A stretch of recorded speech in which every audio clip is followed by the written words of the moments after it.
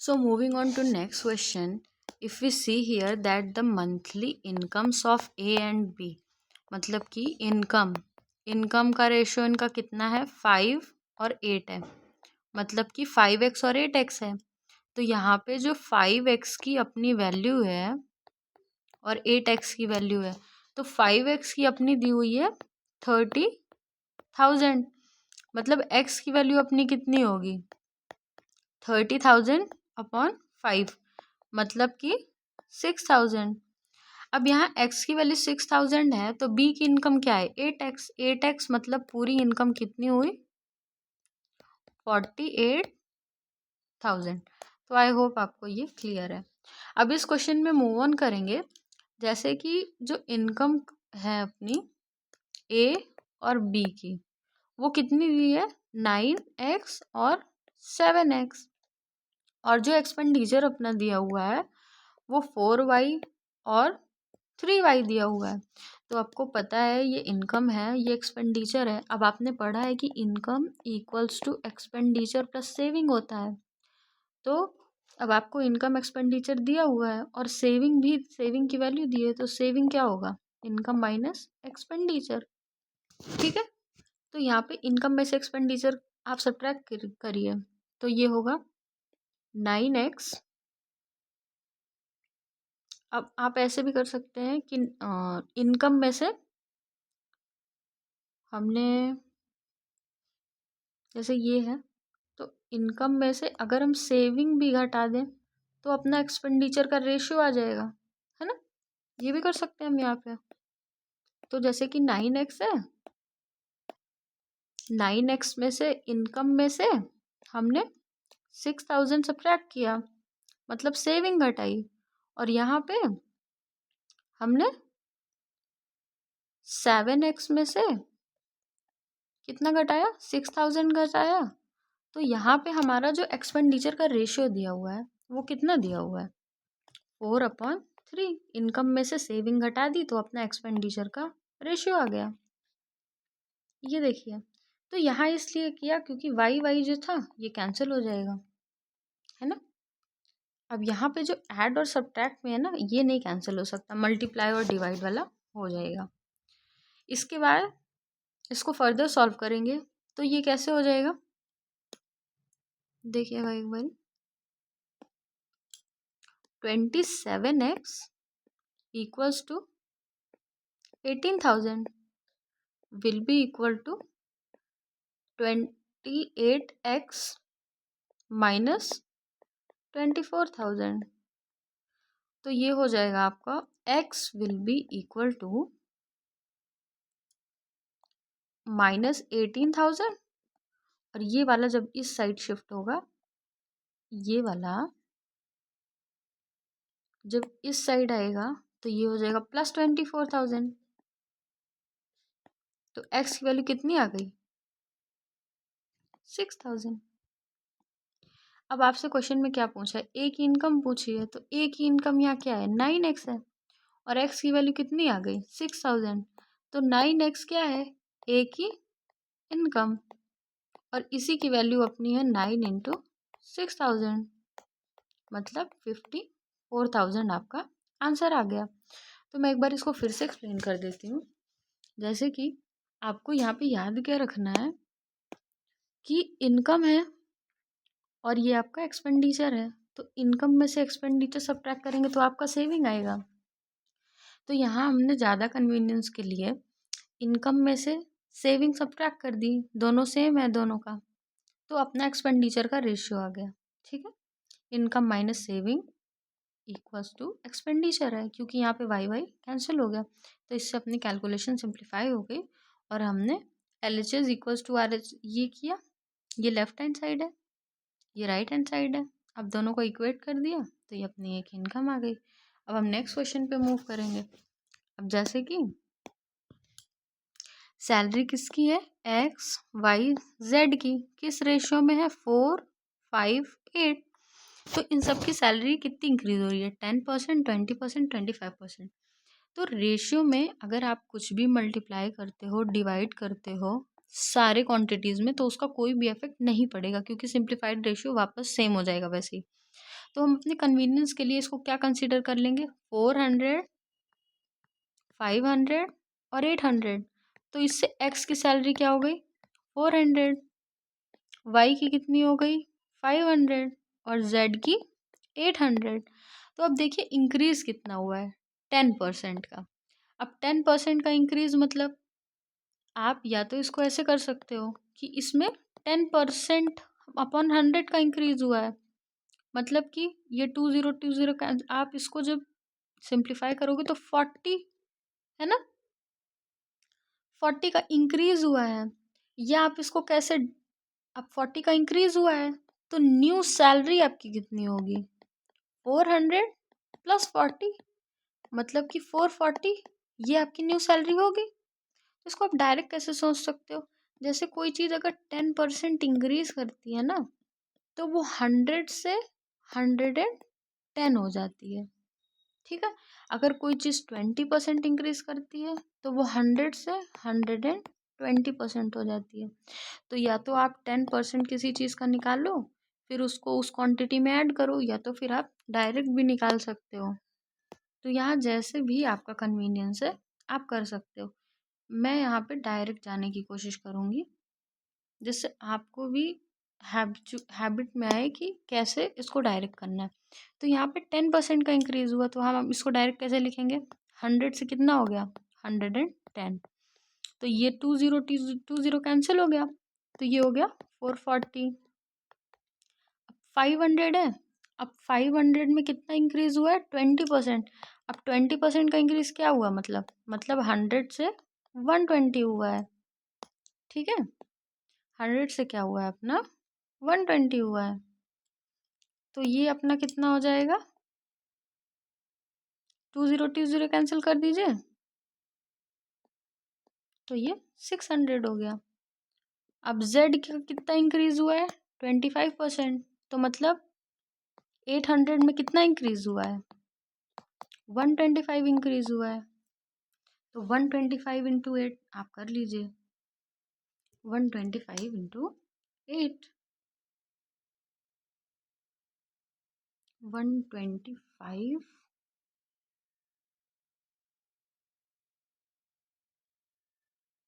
ये हो जाएगा आपका 1000। अब आपसे क्या पूछ रहा है, अब ये न्यू सैलरीज आ गई अपनी, अब इनका रेशो पूछ रहा है, तो 440, 600 और 1000। तो 10, 10, 10, फिर 22, 30, 100, अब फिर 11, 15 और 50। तो यही अपना फाइनल रेशियो आ गया, ठीक है। आई होप आपको ये समझ में आ गया होगा कि कैसे हमने रेशियो को फाइंड आउट किया है। अब इसके बाद हम नेक्स्ट क्वेश्चन पे चलते हैं।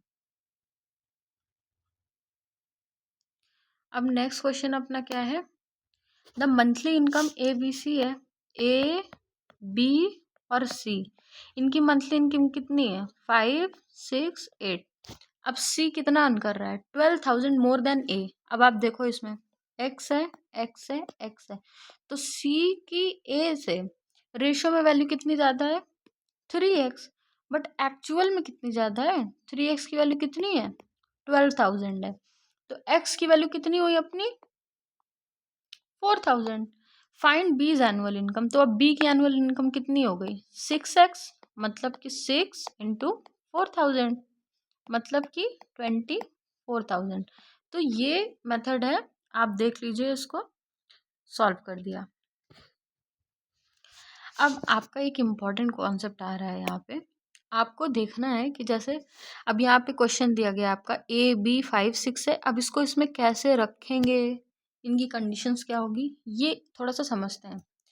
आप इन वैल्यूज़ को डायरेक्टली इस इक्वेशन में तभी सब्स्टिट्यूट कर सकते हो, इक्वेशन में सब्स्टिट्यूशन आपका तभी होगा जब ऊपर न्यूमरेटर की और नीचे डिनोमिनेटर दोनों की ही आपकी डिग्री सेम होना चाहिए। एक second,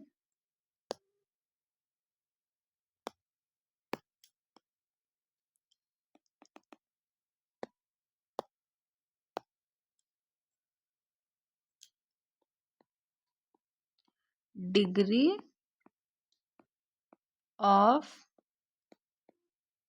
numerator and denominator should be same. This is something very important that you should keep in mind while you are substituting your value into a particular equation, especially when they are given in the ratio form. Okay, I hope it is clear. Should be same. अब देखिए, अब इसके कहने का मतलब क्या है। देखिए, जैसे यहाँ न्यूमरेटर में डिग्री की वैल्यू 1 है, यहाँ 1 है, तो मतलब इसमें कर सकते हैं। यहाँ डिग्री 2 है, नीचे भी 2 है, यहाँ भी कर सकते हैं। यहाँ डिग्री 3 है, यहाँ भी किया। यहाँ डिग्री हाफ हाफ है, यहाँ भी कर दी। अब यहाँ प्लस माइनस में कैसे वर्क कर सकता है, इसमें इंडिविजुअल वर्क करेगा। जैसे ए की 1 है, बी की 1 है, ठीक है, नीचे भी 1 1 है। अब यहाँ भी डिग्री 1 1 1 1 है, ठीक है। अब इसके फ्लॉस कैसे होंगे, जैसे मान लीजिए ऊपर ए की डिग्री कितनी दी है 1 और नीचे बी की 2 दे दी, तो इसमें आप नई वैल्यू पुट कर सकते हैं। क्यों? क्योंकि न्यूमरेटर और डिनोमिनेटर दोनों की डिग्री में यहाँ पे डिफरेंस आ गया है, ठीक है। I hope it is clear.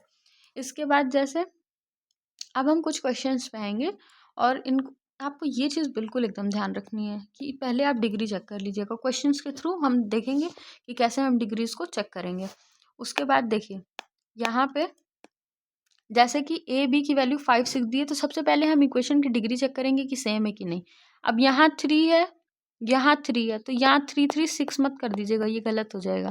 क्योंकि इनटू में डिग्री मल्टीप्लाई जैसे दिया है, जैसे for example A power 1 into A power 2 और ये 3, तो डिग्री आपकी 5 है, ठीक है। बट इस एडिशन और सब्ट्रैक्शन में ऐसा नहीं होता है, ठीक है ना। अब यहाँ डिग्री 3 है, यहाँ डिग्री 3 है, तो इंडिविजुअल आपको क्या चेक करना है कि आपकी डिग्री ऊपर 3 है तो नीचे भी 3 होनी चाहिए। अब इसको जब आप सिंप्लीफाई करोगे नीचे वाला टर्म, तो ये क्या होगा, A cube plus B cube upon में ए स्क्वायर बी, ठीक है, प्लस क्या होगा ए बी स्क्वायर, ठीक है। तो यहाँ पे क्या आप देख पा रहे हो कि डिग्री डिनोमिनेटर में कितनी है। आप एक बार सोचो इसको और मुझे कमेंट बॉक्स में इसका आंसर दीजिए कि इसकी डिग्री क्या होगी।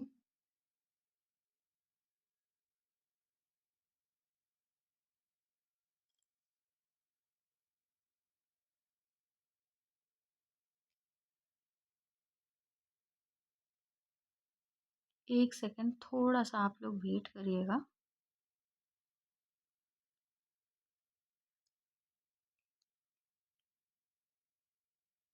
हाँ, अब आप यहाँ पे देखिए, जैसे डिग्री 1 है, यहाँ पे ये 1 है, तो डिग्री यहाँ कितनी है 3 है, और यहाँ पे भी कितनी है डिग्री 3 है, और ऊपर भी 3 है 3 है।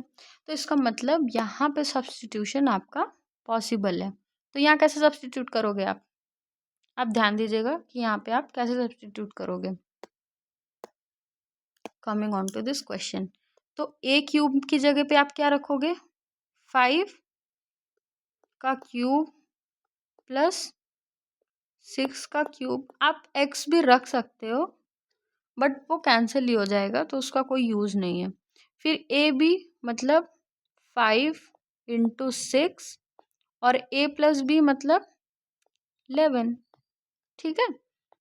तो ये हो जाएगा आपका 125 प्लस 216 अपॉन में 5 इंटू 6 इंटू 11। अब इसका आंसर आप लोग कमेंट बॉक्स में प्लीज़ मुझे दीजिएगा कि इसका सिंप्लीफाइड आंसर क्या होगा। इसके बाद हम इस क्वेश्चन को सॉल्व करते हैं। ए बी है तो ए की पावर 4 बी की पावर 4 को फाइंड करना है, मतलब 3 की पावर 4 और 5 की पावर 4, मतलब क्या हुआ 3 into 3 into 3 into 3 is to 5 into 5 into 5 into 5, मतलब ये आपका क्या हो जाएगा, ये 9 इंटू 9, 25 इंटू 25, मतलब 81:625। तो ये आपका आंसर है। ठीक है, अब हम ये वाला क्वेश्चन सॉल्व करते हैं। ये कैसे होगा, 2/7 है, सेम वही चीज़ है, 2 की पावर 4/7 की पावर 4। आप इसको भी सिंप्लीफाई करके कमेंट बॉक्स में आंसर दीजिएगा। अब इसके बाद आते हैं हम अपने नेक्स्ट क्वेश्चंस पे कि इसका सिंप्लीफाइड रेशियो क्या होगा। ठीक है, इसको सॉल्व करते हैं। अब मिक्स फ्रैक्शन कैसे कन्वर्ट करते हैं, इसको इससे मल्टीप्लाई करेंगे और फिर इसमें ये चीज़ ऐड कर देंगे, मतलब 2 इंटू 1 प्लस 1 अपॉन में 2 is to 4 into 2 plus 1 upon 4। ये चीज़ आपको डायरेक्ट करनी आनी चाहिए, ऐसे लिखने की ज़रूरत नहीं है, वो तो मैं आपको बस समझाने के लिए लिख रही हूँ। 3/2 इज टू 9/4। तो आप क्रॉस मल्टीप्लाई कर सकते हो, 12 इज टू 18, 2 3, पहले हमने 2 से डिडक्ट किया फिर 3 से किया। ठीक, तो फाइनल रेशियो आपका 2 और 3 आ गया। अच्छा, अब हम डेसिमल वाले नंबर्स को कैसे सॉल्व करते हैं। पहली बात तो 2.5 को आप लिख सकते हो 25/100 और इसको 375 सॉरी 25/10, क्योंकि डेसिमल के बाद सिर्फ एक डिजिट है, और 375/100। ठीक है, तो ये आपका हो जाएगा 25 इंटू 100 और 375 इंटू 10। ठीक है, तो यहाँ पे देखिए 0 0 गया, गॉड। ठीक है, अब इसको आप 5 से भी कैंसिल कर सकते हो इन दोनों को। ठीक है,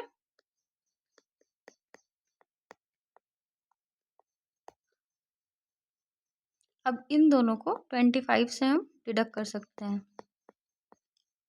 25 2 ज़ा 50, 25 3 ज़ा 75। तो ये आपका सिंप्लीफाइड आंसर आ गया। अब ये क्वेश्चन आपका देखिए, ये वाला क्वेश्चन हम यहाँ पे सॉल्व करेंगे। क्वेश्चन है आपका 0.24 इज टू 0.36। तो इसको आप लिख सकते हैं 24/100 इज टू 36/100। तो यहाँ पे तो 100 100 डिडक्ट हो गया आपका। ठीक है ना, बचा कितना, 24 और 36, तो 24 इज टू 36। अब आप इसको 6 से कर सकते हो कैंसिल, एक बार 2 से और कर सकते हो, तो सिंप्लीफाइड 2 3 आ गया। तो आई होप आपको क्लियर है कि डेसिमल नंबर को भी हम सिंप्लीफाइड फॉर्म में कैसे लिख सकते हैं। अब यहाँ पे आया अपना कॉइन्स वाले क्वेश्चन। अब कॉइन्स वाले क्वेश्चंस कैसे होते हैं, जैसे कि एक बैग है आपका, उसमें 2 रुपीज़ 5 रुपीज़ 10 रुपीज़ के कॉइन है, किस रेशियो में, 3 में 5 में 4 में, और total number of coin ratio आपके कितने हैं, 480।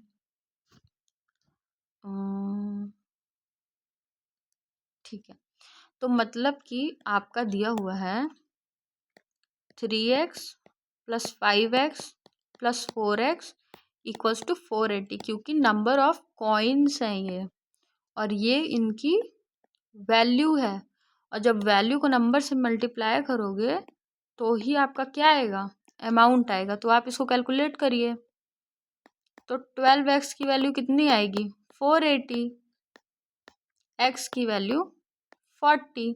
अब x की वैल्यू तो आपकी 40 आ गई, तो आप देखिए इसको कैसे करेंगे, तो 2 और ये यहाँ पे क्या हो जाएगा 120, और ये 5 और 200 और 10 और 160।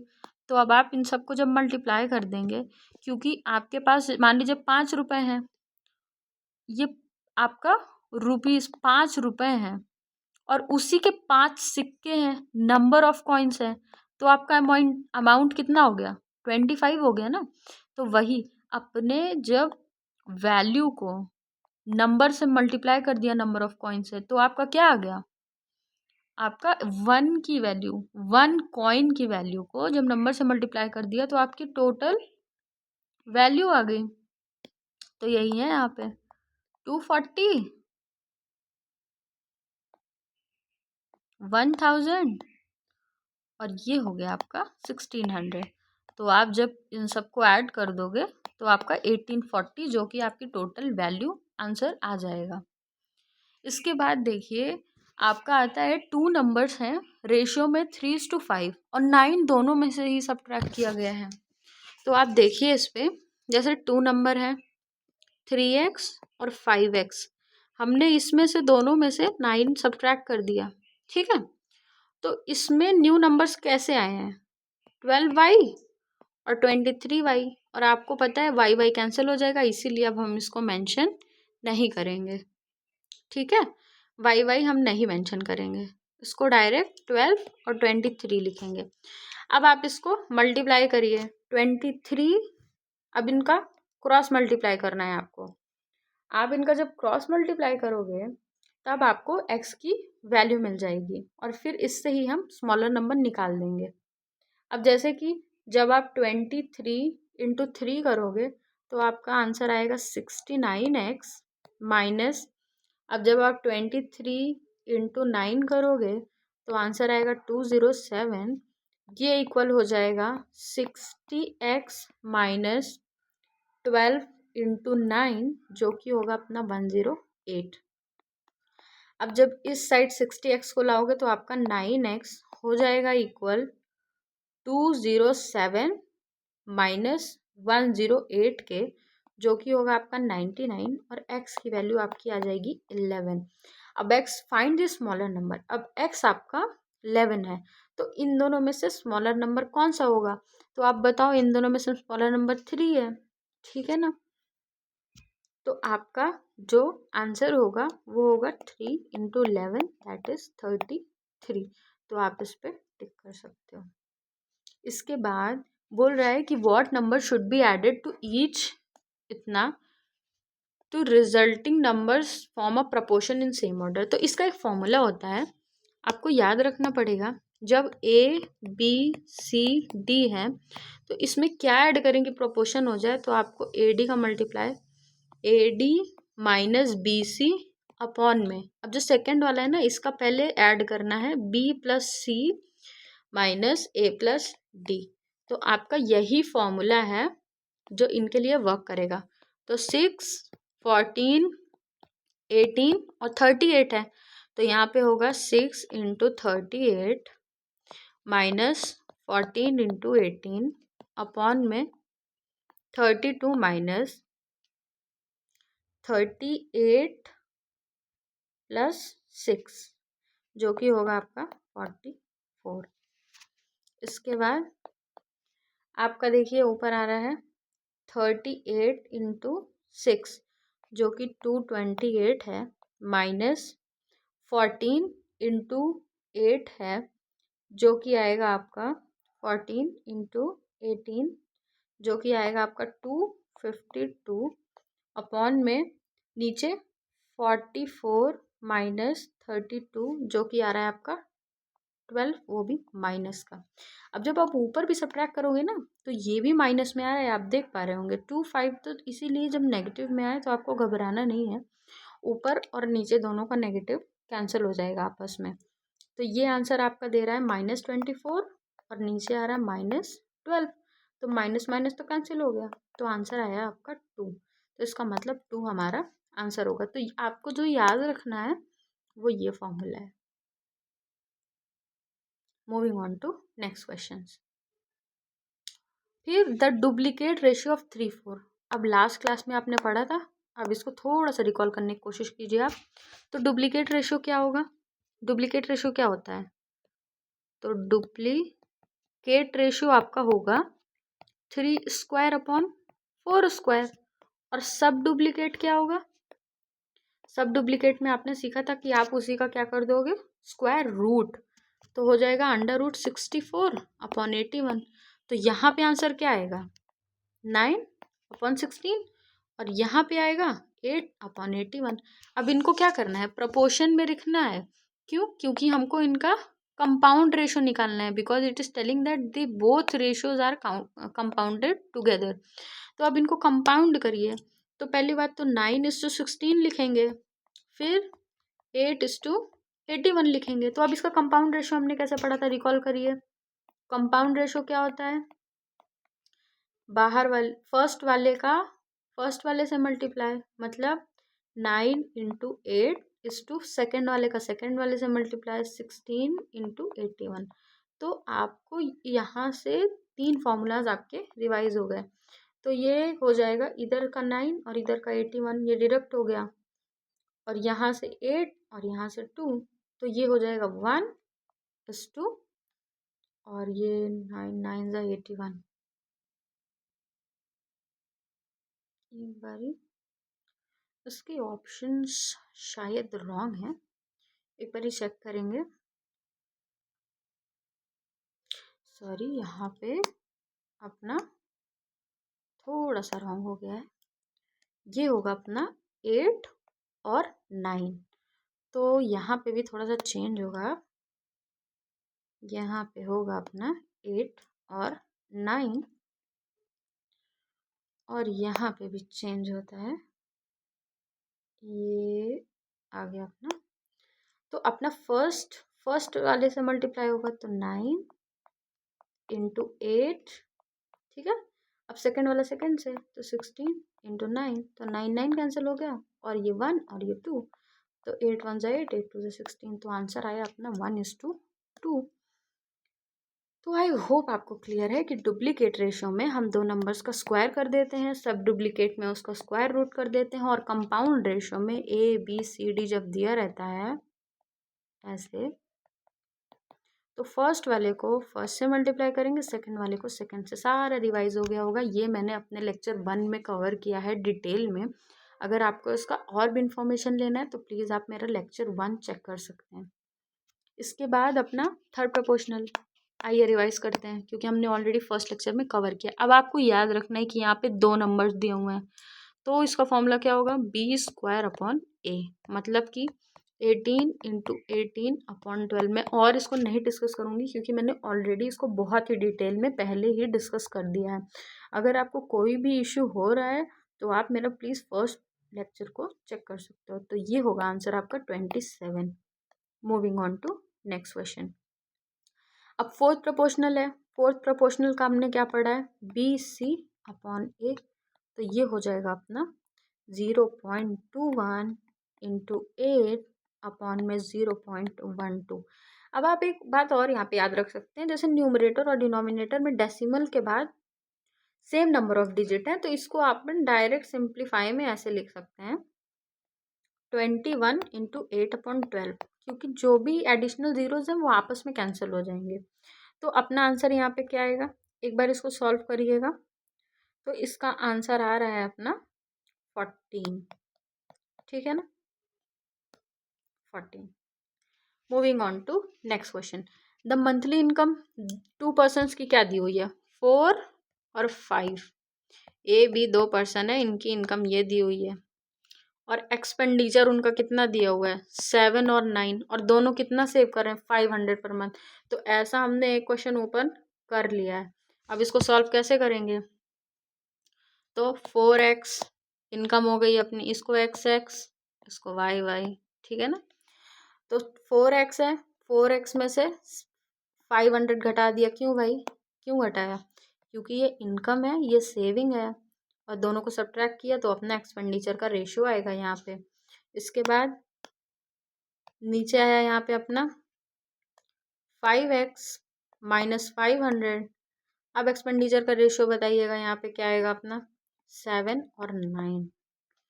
अब इसको 36x - 4500 = 35x - 3500, ठीक है ना। तो x will be equal to 4500 - 3500। अब कितना आएगा आपका 10, और ये हो गया आपका 1000, ठीक है ना।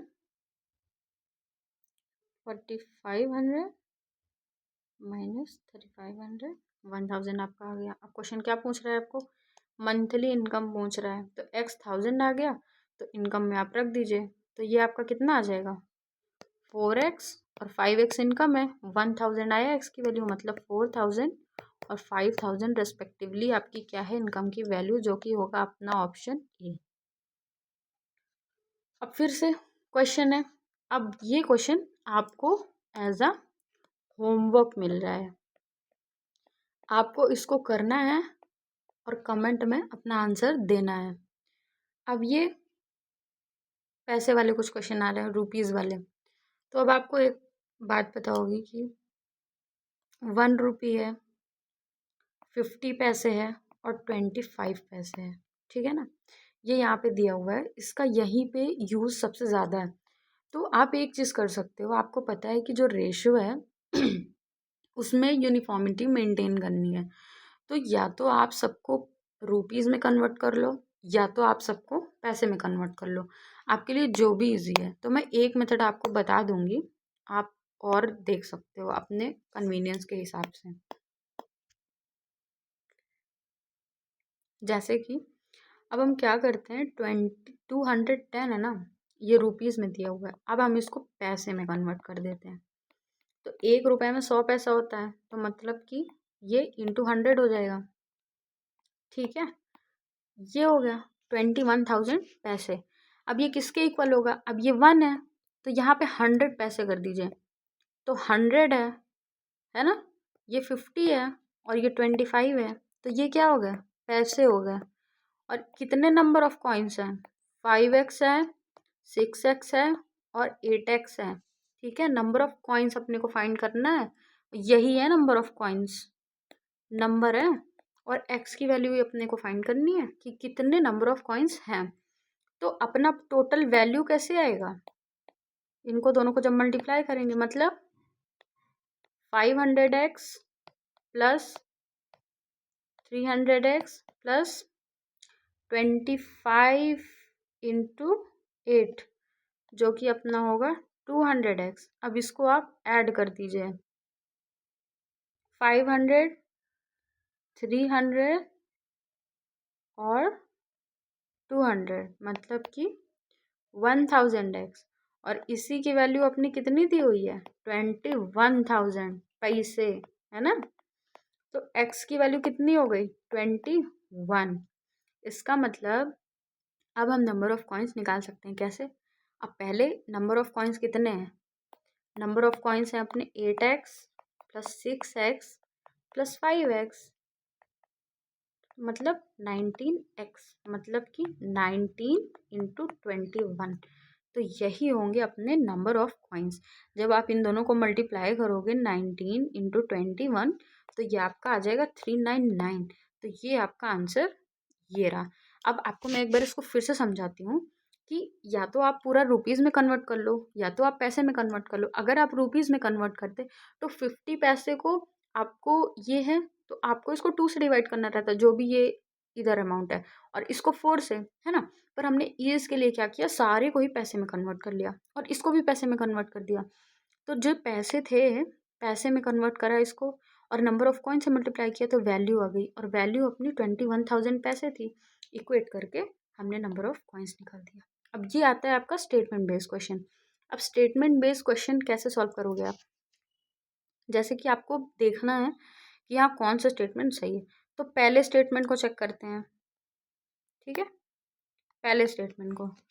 अब 4 की पावर 3.5 है, अब ये पॉइंट में है, तो इसको 2 का स्क्वायर लिख सकते हो, 2 का स्क्वायर इंटू 3.5। अब 3.5 इंटू 2 करोगे तो आपका 7 आएगा, है ना। तो 2 की पावर कितनी है, 7 है, और कितना है, 2 की पावर 5 है इस साइड। तो आपको चेक करना है क्या ये रेशियो 4 और 1 का होगा। तो आप कैसे कर सकते हो इसको, देखो इसको आप कैसे लिख सकते हो, 2 की पावर 7 अपॉन 2 की पावर 5:1 लिख सकते हो क्या, लिख सकते हो। अब आपको लॉज ऑफ एक्सपोनेंट में ये पढ़ा होगा कि a की पावर m अपॉन a की पावर n क्या होती है, a की पावर m माइनस n, ठीक है। तो ये 2 की पावर 5 माइनस 2 मतलब 2:1, मतलब 4:1 आ गया क्या? आ गया क्या? ये स्टेटमेंट में है ना, ये देखिए, मतलब ये सही है। ठीक है, अब यही वही सेकंड क्वेश्चन सॉल्व, सेकंड वाला सॉल्व करेंगे क्या? करते हैं। तो सेकंड वाले में देखिए, अब रेशियो किसका निकालना है? 1.5 का और 2.5 का। अब अपॉन 10 दोनों में ही है, तो कुछ फ़र्क ही नहीं पड़ेगा। मतलब आप डायरेक्ट 15 और 25 का निकाल सकते थे। 3 5 है, सही है क्या? सही है भाई ये भी। अब चेकिंग ऑन थर्ड स्टेटमेंट। अब इसकी ट्रिक मैंने आपको फर्स्ट वीडियो में डिस्कस की थी। क्या डिस्कस की थी? कि ए बी सी कैसे निकालना है अगर इस फॉर्मेट में दिया है तो। जब आप ए का लिखोगे तो ए को कंसिडर मत करो बिल्कुल भी, forget that A is existing. इसको और इसको मल्टीप्लाई कर दो बी सी की वैल्यू को, तो 12 हो गया।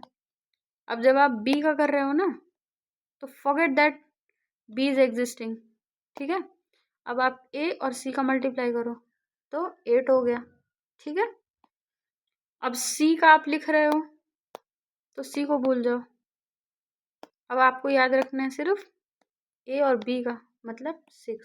तो आपको याद रखना है ए के लिए बी सी, बी के लिए ए सी और सी के लिए ए बी। अब आप इसको सिंप्लीफाई करो, 6 4 3, ये भी सही है क्या? तो मतलब क्या, सारे ही सही हैं इसमें तो। ठीक है, और इसकी जो थर्ड वाले की शॉर्ट ट्रिक है ना, ये तो मैंने डिस्कस कर लिया आपके साथ। मैंने एक इसका एलसीएम मेथड भी बता रखा है कैसे करते हैं। जैसे 2a equals to 3b equals to 4c है ना, तो a upon B equals to, अब जैसे इसको कैसे लिखेंगे, एक सेकेंड भाई। हाँ, अब ना जब 2a इक्वल्स टू 3b होगा यहाँ से, तो a अपॉन बी कैसे होगा? 3/2। और 3b इक्वल्स टू 4c होगा, तो b अपॉन सी कितना होगा? 4/3। अब यहाँ देखिए b यहाँ 2 है, यहाँ 4 है, मतलब दोनों को सेम बनाना है। दोनों को सेम बनाने के लिए न्यूमरेटर और डिनोमिनेटर दोनों मल्टीप्लाई करेंगे। अब ये मत कहना कि ज़रूरत यहाँ है तो यहाँ क्यों किया। यूनिफॉर्मिटी मेंटेन करने के लिए न्यूमरेटर डिनोमिनेटर दोनों में ही मल्टीप्लाई करना पड़ेगा। 6 और 4, तो यहाँ से ए बी सी, आप देखो क्या आ रहा है, 6 है, बी कितना है 4 है, और सी कितना है 3 है। वही आंसर आ गया आपका। ठीक है ना, तो ये सारे मेथड्स मैंने पहले ही डिस्कस कर रखे हैं। इसके बाद आते हैं भाई अपने एजेस के क्वेश्चन पे। 4 years ago the ratio of A B है, तो इसका 4 साल पहले का रेशियो कितना है? 2 और 3 है। 4 साल पहले का है, तो अभी का कितना होगा ये बताइए? 2x और 3x है, तो 4 साल पहले का, तो प्रेजेंट एज क्या होगी? 2x + 4 और 3x + 4। ये क्या है? ये -4 ईयर है, ये प्रेजेंट है, और क्या दिया है? +4 ईयर। 4 साल बाद का रेशियो कितना दिया है? 5x और 7x दिया है ना। तो प्रेजेंट है ये, तो इसका कहने का मतलब क्या हुआ कि अगर हम प्रेजेंट में, जो प्रेजेंट रेशियो है अपना, अगर हम इसमें 4 साल और ऐड कर दें, तो हमारा क्या यही रेशियो है? मतलब कि ये तो प्रेजेंट हो गया, इतना इतना तो अपना प्रेजेंट है। अब 4 साल और बाद की बात कर रहा है, तो 4 साल और दोनों में ऐड हो गया, तो इसकी रेशियो कितनी दी हुई है अपनी? 5 और 7, एक्स एक्स कैंसिल हो गया, है ना। एक बार मैं इधर का पूरा इरेज कर देती हूँ अपना भाई, ये तो यहाँ पे आ गया अपना 2x + 8। अब कैसे हुआ आपको पता है, क्योंकि 4 साल पहले की भी बात है, तो प्रेजेंट में लाने के लिए 4 जोड़ा, फिर 4 साल बाद का रेशियो दिया हुआ है तो फिर 4 जोड़ा, तो ये 8 हो गया है। आपको ये चीज़ याद रखनी है। तो 2x + 8 अपॉन 3x + 8 कितना हो गया? 5/7। तो 14x + 56 इक्वल्स टू 15x + 40। तो x will be equals to 6 और 1, तो x अपना 16 आ गया। Find the present age. तो प्रेजेंट एज क्या थी भाई? ए बी था 2 3 के रेशियो में, ये 4 साल पहले का दिया हुआ था, तो प्रेजेंट में कितनी निकाली थी? ये -4 ईयर का था, तो प्लस प्रेजेंट में क्या होगी? 4 साल जोड़ दोगे तो प्रेजेंट आ जाएगी। तो अब प्रेजेंट एज है उनकी यही दोनों है, तो इसमें एक्स की वैल्यू रख दो दोनों की। तो 32 + 4 और 48 + 4 मतलब 36 और 52, यही दोनों आपकी क्या हो गई? प्रेजेंट की एज हो गई। तो आई होप आपको एजेस के क्वेश्चन भी क्लियर हो गए हैं। अब देखिए ये क्वेश्चन है आपका, PQR है ना, ये कितना सेव कर रहे हैं? ये इतना है इनके पास, PQRS इनके पास 120, 130, 140, 150 है, ये इनकम है इनकी। और एक्सपेंडिचर कितना है? 49, 54, 55 और 58। लोवेस्ट क्या फाइंड करना है इनका? Expenditure proportionate to their resources, मतलब इनकम, मतलब भाई इनकम अपॉन एक्सपेंडिचर का आपको रेशो फाइंड करना है और बताना है कि लोवेस्ट किसका होगा। ठीक है ना? तो यहाँ पे आपको यही करना है, देख लीजिए। यहाँ पे आपको 49/120, 54/130 और 55/140 और 58/150, ये तो आपका थोड़ा सा कैलकुलेशन का वर्क हो गया है। ठीक है ना? अब आप इसको कैसे फाइंड करोगे, मैं एक सॉल्व करके बता देती हूँ। ठीक है ना? अब जैसे 49 है ना, अब इसको 120 से आप डिवाइड करिए। ठीक है, अब इसको आप 4 से मल्टीप्लाई करोगे ना, तो ये हो जाएगा आपका 480। अब फर्दर आपको ऐसे ही सारे करने हैं। अब जिसमें भी आपका सबसे कम आएगा वही आपका आंसर होगा। तो आपका ये भी थोड़ा सा होमवर्क है कि आपको ये सॉल्व करके मुझे बताना है, क्योंकि इसमें मैं तो सॉल्व कर दूंगी बट एग्जाम में तो आपकी प्रैक्टिस होनी चाहिए। तो मैंने मेथड बता दिया है कि आपको कैसे करना है। इनकम अपॉन एक्सपेंडिचर का रेशो निकाल लिया है। अब इसमें जो भी, जैसे एक में 0.41 आया, फिर मान लीजिए किसी में 0.3 आ जाता है और सब में 0.4 रहता है। मान लीजिए आपके आंसर ऐसे आए 0.425, 0.412, 0.321 और 0.256, तो सबसे लोवेस्ट क्या है? ये यही आंसर होगा। तो यही आपको इसमें थोड़ा सा सॉल्व करना है और मुझे बताना है कि इसमें आपका क्या करेक्ट आंसर होगा। अब 3 मिल्कमैन है, उन्होंने रेंट किया है एक पास्चर को। ए है ना, ये कितने ग्रेस करता है काऊ को? 11। और बी कितना ग्रेस करता है? 9 काउस। और सी 15। तो ए कितने मंथ्स के लिए करता है? 5 मंथ्स के लिए, बी 4 मंथ्स के लिए और सी 6 मंथ्स के लिए। तो ये क्या है? इनके नंबर है और ये क्या है? इनका टाइम है। ठीक है, तो अब इनके रेंट की बात हो गई है, तो रेंट टोटल किस पे डिपेंड करेगा कि किसकी कितने नंबर ऑफ काउज हैं और कितने टाइम के लिए है ना? यही होगा इसमें। अब इसके बाद ये क्या होगा? 55, 36, 60। अब देखिए इसमें तो कॉमन कुछ भी नहीं दिख रहा है, तो ए का शेयर कितना है? 1210, मतलब 1210। अब इसको 1210 को 55 से डिवाइड करिए,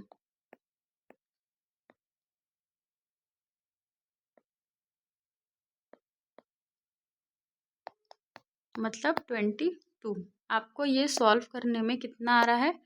22। जब आप इसको 55 से डिवाइड करेंगे तो 22 आ गया। अब आपको क्या पूछ रहा है? सी का कितना शेयर होगा? तो सी का शेयर ये है, तो इंटू 22 कर दीजिए बस। तो 22 इंटू 60 करिए आप, 1320। यही आपका आंसर आ गया। ठीक है, एक बार फिर से चेक कर लेते हैं। 11 काउस 5 मंथ्स, 9 का 4 months, 15 का 6 month, ओ सॉरी यहाँ पे अपना 90 होगा, सॉरी फॉर दिस मिस्टेक।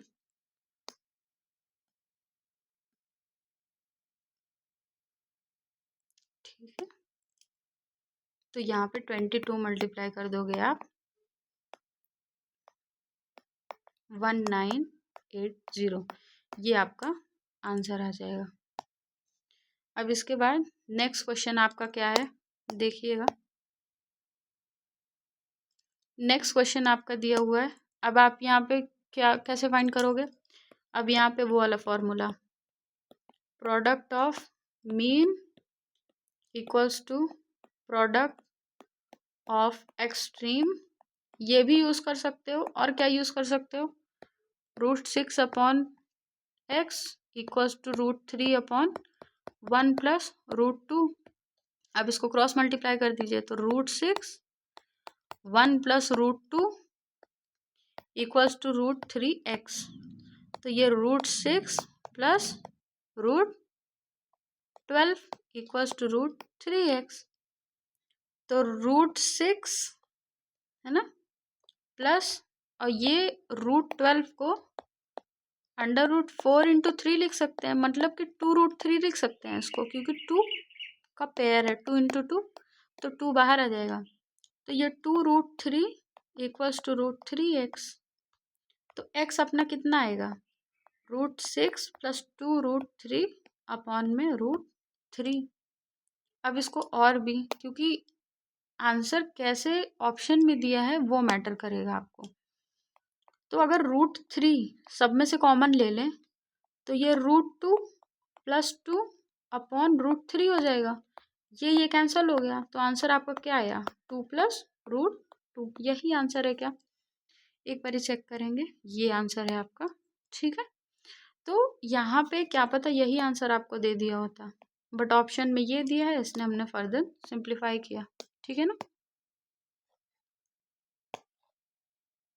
अब इसके बाद ये क्वेश्चन पे आते हैं अपन। अब इसकी ट्रिक मैंने आपको बताई थी कि ए डी कैसे फाइंड करेंगे। जैसे ABCD लिखना है आपको, फिर AB 3 4 लिखना है, फिर BC 8 9 लिखना है, फिर CD 15 16 लिखना है। फिर आपको नियरेस्ट नेबर से फिल करना है। जैसे 4 है तो 4 4 कर दीजिए, 8 है तो 8 करिए, 9 है तो इधर 9, 15 है तो 15 और 15।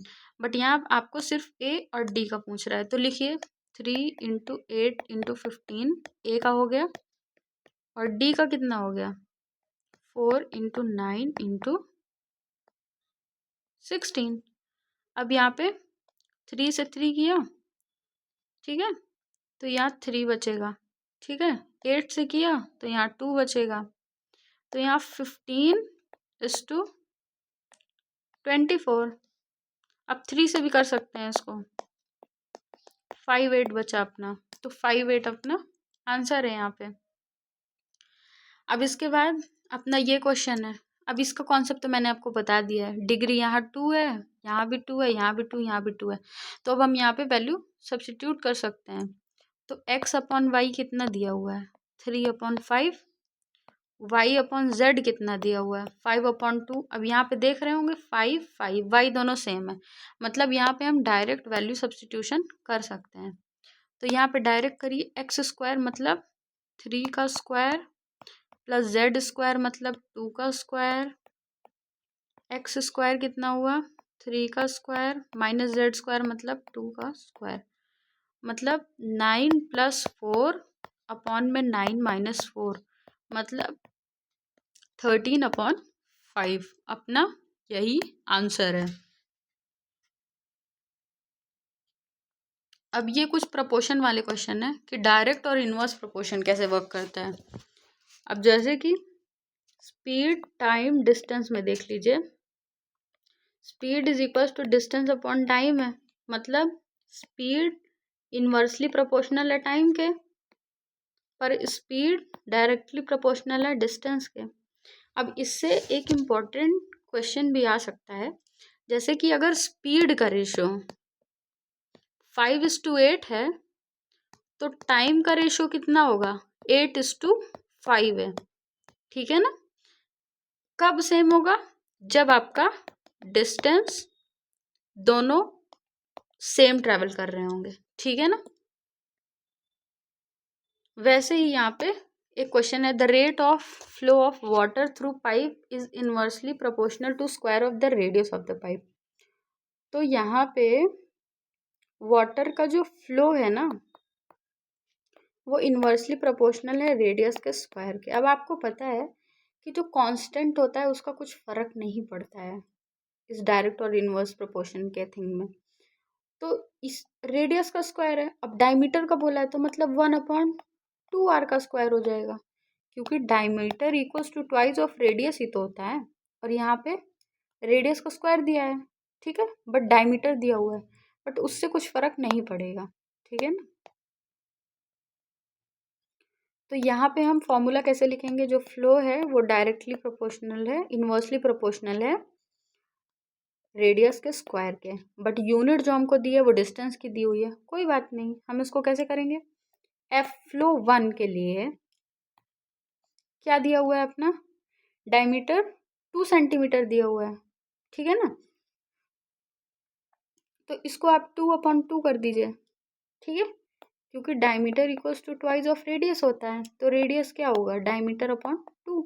इसको भी 2 कर दीजिए, तो रेडियस 1 आपका 1 हो जाएगा और रेडियस 2 आपका 2 हो जाएगा, ठीक है। तो यहाँ पे क्या होगा अपना? 1/1 का स्क्वायर मतलब 1, और यहाँ पे क्या होगा? 1/r2 का स्क्वायर मतलब कि 1/2 का square, that is equals to 1/4। तो F1/F2 मतलब 1/1 और अपॉन में 1/4। अब ये कैसे वर्क करता है? 1/1 और ये डिवाइड में है, तो जब ये ऊपर जाता है तो मल्टीप्लाई होकर रेसिप्रोकल हो जाता है, तो 4/1 मतलब कि 4:1 आंसर आ गया आपका, ठीक है ना। आई होप आपको क्लियर होगा, मैं एक बार और एक्सप्लेन कर देती हूँ। अब यहाँ पे जब हमने इसको 1/1 1/4 रखा, तो जैसे कोई भी नंबर है A/B अपॉन में C/D होता है, तो जब ये ऊपर मल्टीप्लाई में जाता है तो A/B इंटू D/C होता है, ये आप याद रख सकते हैं। इसके बाद स्टूडेंट्स की गैदरिंग है, नंबर ऑफ स्टूडेंट 48 है, ratio of boys to girl कितना है? 5x और 3 है, 5x और 3x है। अब पूरे टोटल कितने? 48 हैं, ठीक है, मतलब 8x की वैल्यू 48 है, x की वैल्यू कितनी है? 6, मतलब कि 30 बॉयज़ हैं और 18 गर्ल्स हैं। How many girls need to be added so the ratio become 6:5? 6:5 हो जाए अपना रेशियो। कितने गर्ल्स ऐड करने होंगे? तो ये 6x हो जाए और ये 5x हो जाए, इसका मतलब आप समझ रहे हैं, 6 × 6 मतलब 36 हो जाए और ये कितना हो जाए? 30 हो जाए, तो क्या हो जाए? Without changing the number of boys. तो ये थोड़ा सा चेंज होगा क्वेश्चन में, how many girls need to be added. तो गर्ल्स यहाँ पे without changing the number of boys. अब यहाँ पे थोड़ा सा डिफरेंस हो गया क्वेश्चन में, क्यों? क्योंकि यहाँ बोल रहा है कि जो नंबर ऑफ बॉयज़ हैं वो चेंज नहीं होना चाहिए, तो इसके लिए हमको रेशो सेम बनाना पड़ेगा। जैसे कि 5x है और 3x है, तो ये बॉयज़ है और ये गर्ल्स हैं, और जो फाइनल रेशो कितना करना है वो 6x है और 5x है, without changing the number of boys. तो नंबर ऑफ बॉयज़ चेंज नहीं होने चाहिए, सेम ही होना चाहिए इनिशियल और फाइनल। तो इसका मतलब ये दोनों क्वांटिटी आपको सेम बनानी होगी। ये भी मैंने आपका फर्स्ट वीडियो में डिस्कस किया है। तो इसका हम एलसीएम ले सकते हैं 5 और 6 का, जो कि होगा 30। तो इसको 6 से मल्टीप्लाई कर सकते हैं, इसको 5 से, ठीक है। तो ये हो जाएगा 30x और 18x, और ये अपना कितना होगा?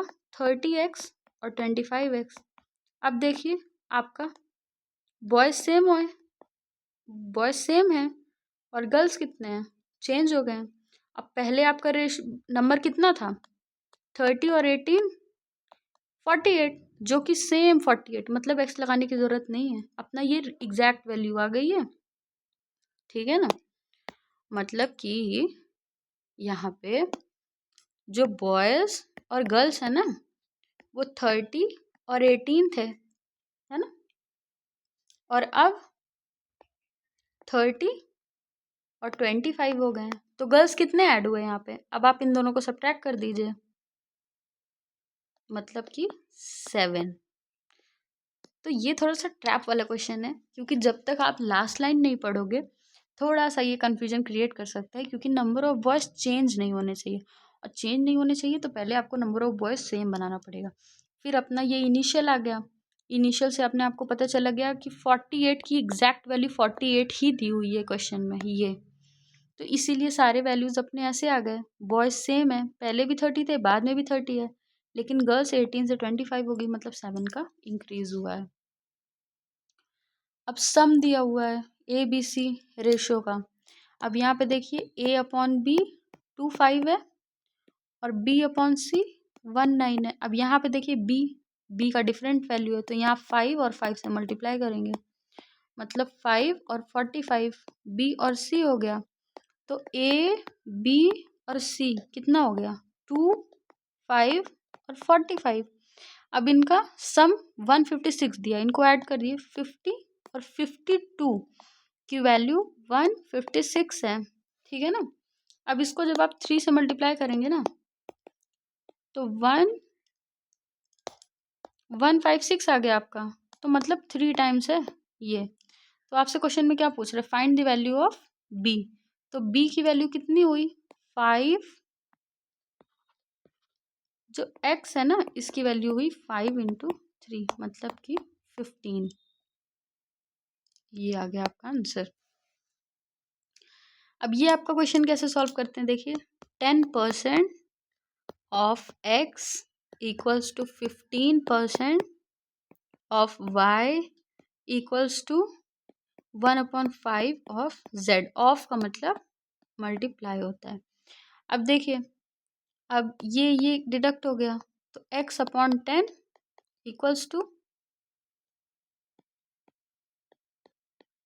3/20y equals to z/5। तो अब देखिए x/10 इक्वल्स टू 3y/20, इसमें एक्स वाई को इक्वेट कर ले, तो x/y, एक सेकेंड,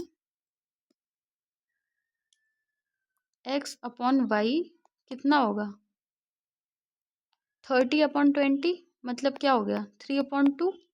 अब इन दोनों को इक्वेट करते हैं, तो y/z कितना हो गया आपका, ये y/ में z इधर आया, तो 20/15, मतलब 4/3। तो अब यहाँ पे y2 है, यहाँ पे 4 है, तो इसमें 2 ऊपर और नीचे मल्टीप्लाई कर सकते हैं, तो x/y होगा 6/4 और y/z होगा आपका 4/3।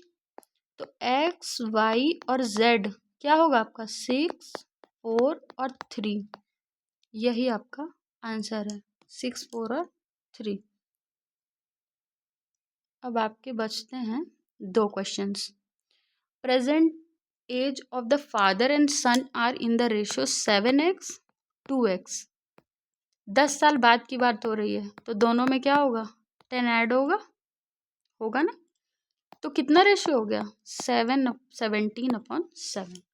ये क्यों हुआ, क्योंकि प्रेजेंट एज 7 थी, अब दोनों के 10 साल बाद की बात कर रही है, तो यहाँ पे 10 ऐड किया, उसका रेशियो ये है। ये आपका होमवर्क क्वेश्चन है, आपको इसको सॉल्व करना है।